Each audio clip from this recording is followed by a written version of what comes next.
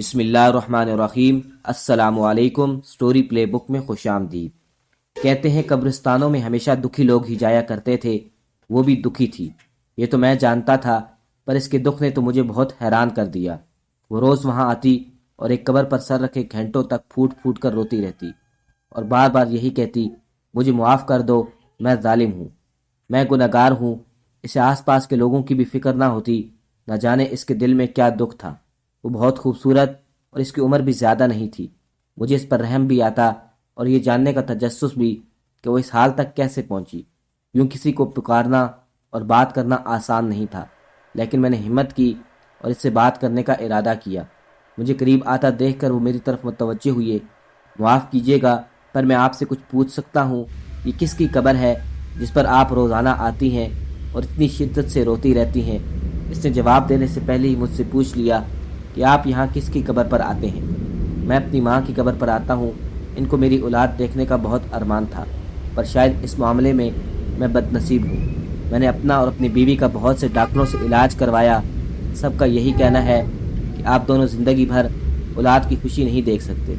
بس جب اداس ہو جاتا ہوں تو یہاں چلا آتا ہوں، دل کا بوجھ ہلکا ہو جاتا ہے۔ میں نے بتایا، آپ کے دل پر تو کوئی خاص بوجھ نہیں، آپ قسمت کے آگے بے بس ہیں، پر کچھ لوگ اتنے بد نصیب ہوتے ہیں جو اپنی زندگی اپنے ہاتھوں سے ہی برباد کر لیتے ہیں۔ اس نے کہیں کھو کر کہا اور محسوس کیا کہ میں اس کی بات سمجھا نہیں۔ کبھی کبھی اپنوں سے زیادہ اجنبی کا دکھ سمجھ سکتے ہیں۔ آج میں آپ کو اپنی کہانی سناتی ہوں کہ کیسے میں اس مقام تک پہنچ گئی۔ اس نے کہا اور آنسو صاف کر کے اپنی کہانی شروع کی۔ میرا نام فرزانہ ہے۔ میرے والد اسلم صاحب تبلیغی جماعت کے صدر تھے۔ ہمارا گھرانہ بہت عزت دار اور شریف تھا۔ سارا خاندان کئی سالوں سے تبلیغ کے کام سے وابستہ تھا۔ میرے والد صاحب مجھ سے بہت پیار کرتے، ان کے لیے گویا میں ہی ان کا سب کچھ تھی۔ میرے 2 بھائی تھے، دونوں حافظ قرآن تھے، اور 2 بڑی بہنیں جن کی شادی ہو چکی تھی۔ بہن بھائیوں میں سب سے چھوٹی ہونے کی وجہ سے سب کی لاڈلی تھی۔ ان دنوں میں میٹرک میں تھی اور ایک شوخ اور چلچلن قسم کی لڑکی تھی، زندگی سے بھرپور اور سب کی آنکھ کا تارا تھی۔ سب کہتے تھے کہ میں اس خاندان کی سب سے حسین لڑکی ہوں، جبکہ میرے سب بہن بھائی بہت سادہ طبیعت کے تھے، پر میں اس حوالے سے سب سے مختلف تھی۔ میں جو مانگتی مجھے مل جاتا، سبھی میرے ناز اٹھاتے تھے۔ پھر میرے بھائی کی شادی ہو گئی۔ جب میری بھابھی ہمارے گھر آئیں تو سب ان کے آگے پیچھے پھرنے لگے اور مجھے یہ بات ہضم نہ ہوئی۔ میں نے ان کو ہر بات میں تنگ کرنا شروع کر دیا، امی کو بھی ان کے خلاف بھڑکانا، ان کی چھوٹی چھوٹی بات کو ایک بڑی غلطی بنا کر پیش کیا۔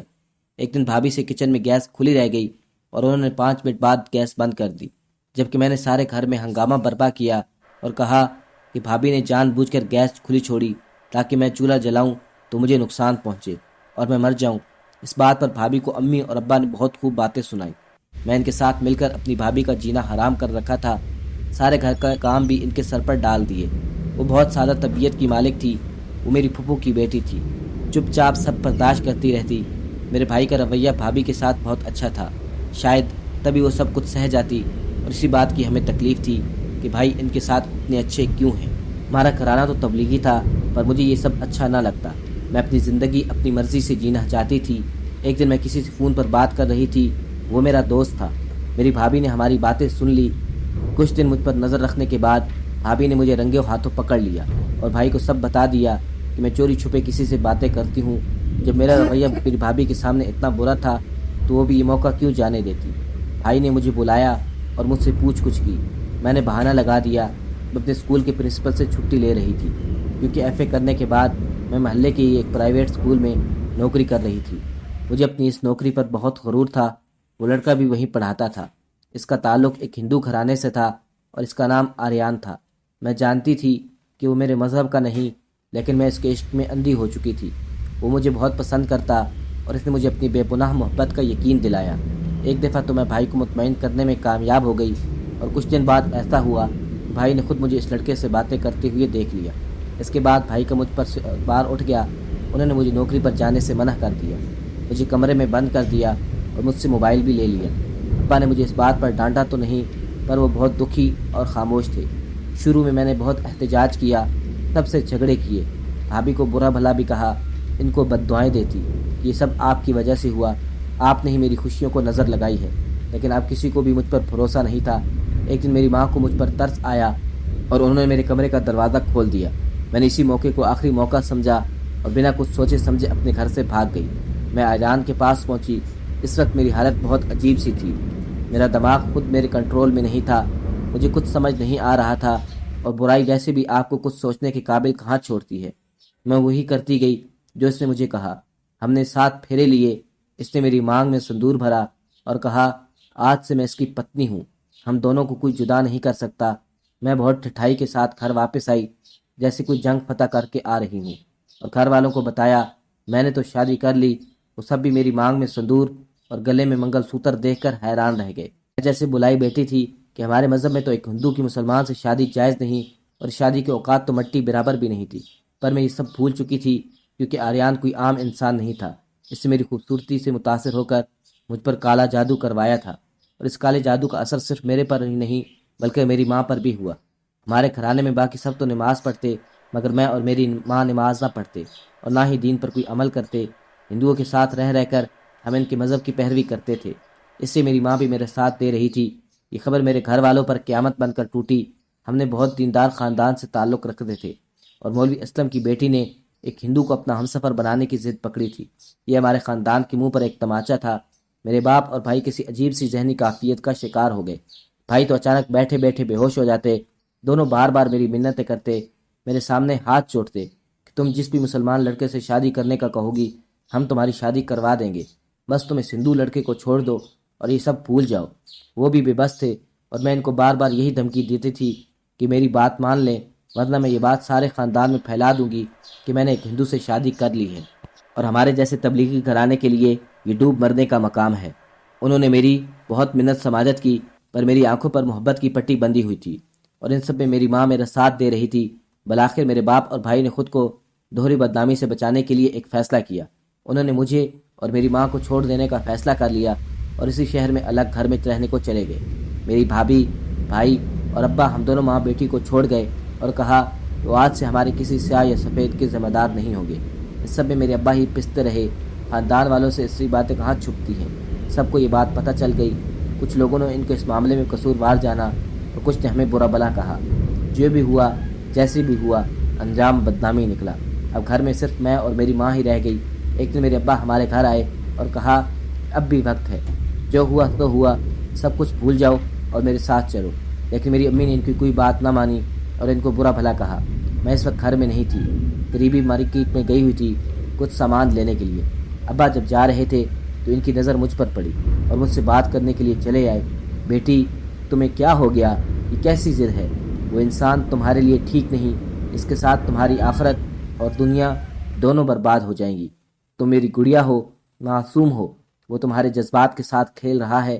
یہ دنیا بڑی ظالم ہے، یہ غلطیاں کبھی نہیں بھولتی، یہ گناہ معاف کرنے کے عادی نہیں۔ اس سے پہلے کہ تم برباد ہو جاؤ واپس میرے پاس آ جاؤ، اور ابو بیٹی میں تم اس دنیا سے بچا لوں، تم اپنے بابا کے پاس محفوظ ہو۔ وہ بار بار یہی کہہ رہے تھے اور رو رہے تھے۔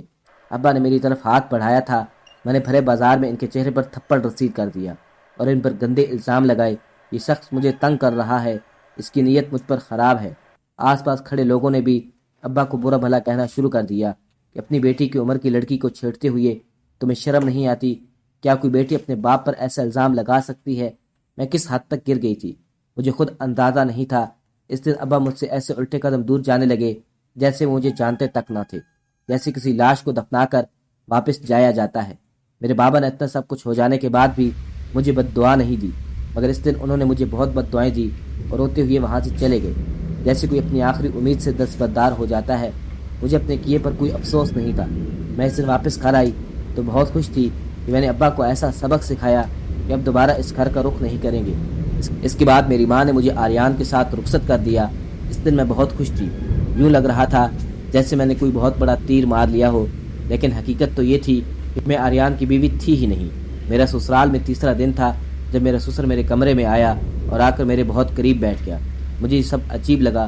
انہوں نے پہلے میری تعریف کی اور کہا کہ میں بہت خوبصورت ہوں، اور پھر ایسی بات کی جسے سن کر مجھے اپنی رگوں میں خون جمتا ہوا محسوس ہونے لگا۔ تمہیں آریان کے ساتھ مجھے بھی خوش رکھنا ہوگا۔ جب وہ کام میں مصروف ہوگا تو تم میرے کمرے میں آ جانا، میں تمہارا خیال رکھوں گا اور جو تم کہو گی وہی کروں گا، تم اپنے دل کی شہزادی بنا کر رکھوں گا۔ میرے سسر نے اتنی بڑی بات اتنی آسانی سے کہہ ڈالی اور وہاں سے چلا گیا۔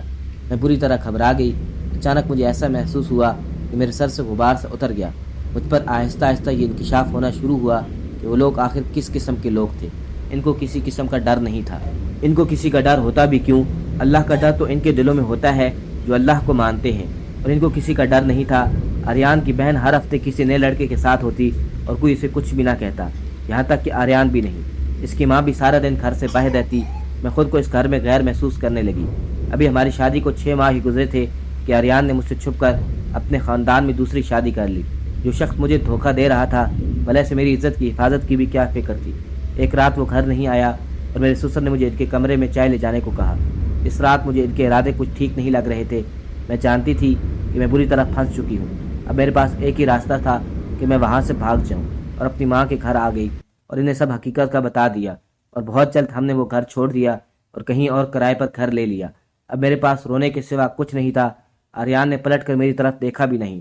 ایک دفعہ میں نے آریان سے رابطہ کیا تو وہ کہنے لگا، اگر تمہیں میرے ساتھ رہنا ہے تو میرے گھر میں یہ سب برداشت کرنا پڑے گا، اور اس سے اپنی دوسری شادی کا اعتراف بھی کیا اور کہا اب وہ دہلی میں اپنی دوسری بیوی کے ساتھ رہتا ہے۔ یہ سننا تھا کہ میرے پیروں تلے سے زمین نکل گئی۔ میں اپنی زندگی اپنے ہی ہاتھوں سے برباد کر چکی تھی۔ اس دن کے بعد میں اپنی امی کے ساتھ رہنے لگی۔ طلاق کا تو سوال ہی پیدا نہیں ہوتا تھا، کیونکہ اس شادی کا دراصل کوئی وجود رہا ہی نہیں۔ میں دن رات روتی رہی، پچھتاتی رہی کہ یہ میرے ساتھ کیا ہو گیا، اب میں کیا کروں۔ مجھے اپنے گناہ کا احساس ہو گیا۔ میرے ساتھ ساتھ میری ماں کی بھی آنکھیں کھل چکی تھی۔ انہیں بھی احساس ہو گیا کہ میرے لیے انہوں نے اپنے شوہر اور بیٹوں کو گنوا دیا۔ وہ دن رات انہیں یاد کرتی اور روتی روتی ہر وقت مجھے کوستی، بد دعائیں دیتی کہ یہ سب میری وجہ سے ہوا ہے۔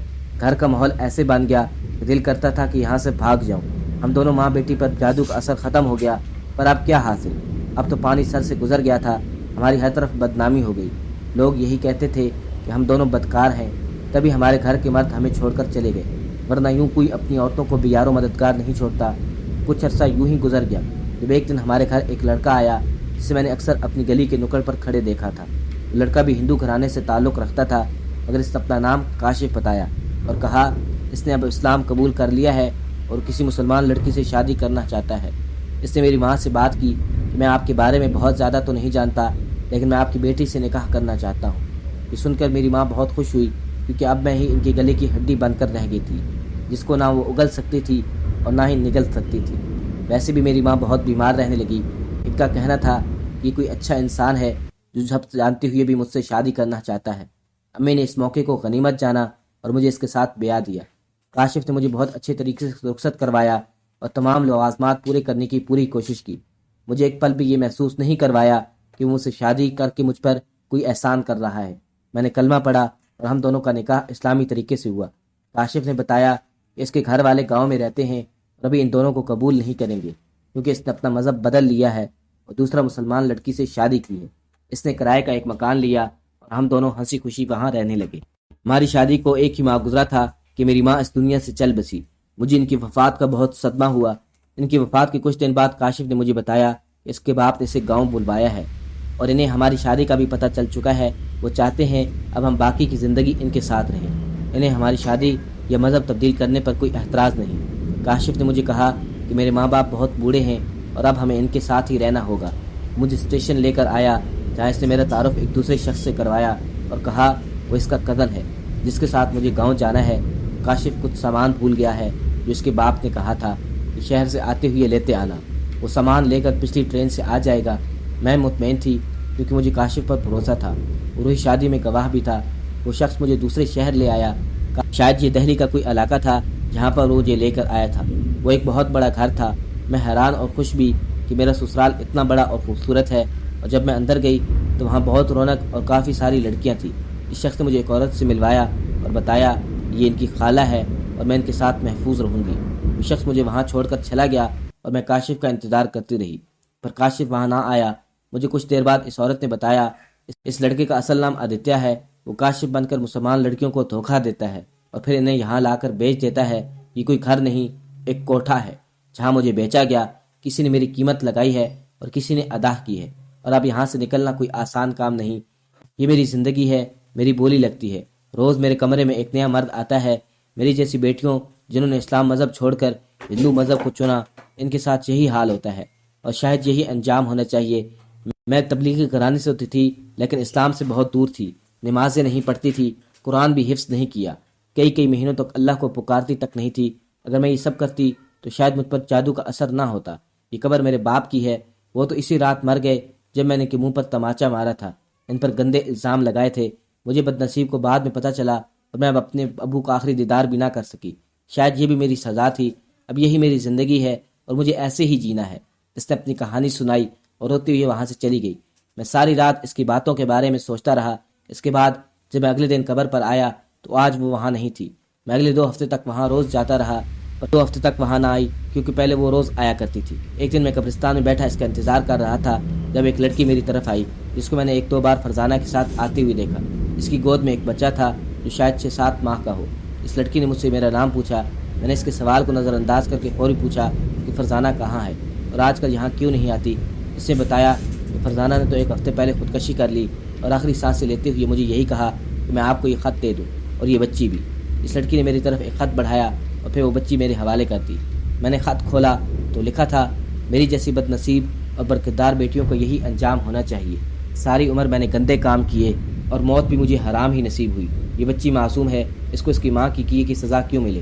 میں نہیں جانتی کہ میری بیٹی ایک طوائف خانے میں پلے بڑھے اور ایک کوکھلی زندگی جیے۔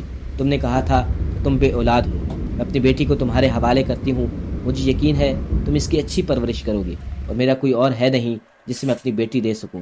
بس اس کا خیال رکھنا، اور جب اپنی ماں کی قبر پر دعا کرنے کو آئے تو میرے لیے بھی دعا کر دیا کرنا، شاید آخرت میں میرے لیے کوئی آسانی ہو جائے۔ میں وہ خط پڑھ کر رو پڑا۔ آج اس بات کو 12 سال گزر گئے۔ میں نے فرزانہ کی بیٹی کا نام بھی فرزانہ ہی رکھا اور اس کی بہت اچھی پرورش کی۔ یہ میری بہت اچھی بیٹی ہے اور یہی میری اولاد ہے۔ میں نے ہمیشہ یہی بتایا ہے کہ یہ میری اولاد ہے۔ اللہ اس کے نصیب اچھے کرے اور فرزانہ کی روح کو سکون دے، آمین۔ دوستو، ویڈیو کو آخر تک دیکھنے کا شکریہ۔ کمنٹس میں بتائیے کہ آپ کو یہ کہانی کیسی لگی۔ ملتے ہیں ایسی نئی دلچسپ کہانی کے ساتھ، تب تک کے لیے اللہ حافظ۔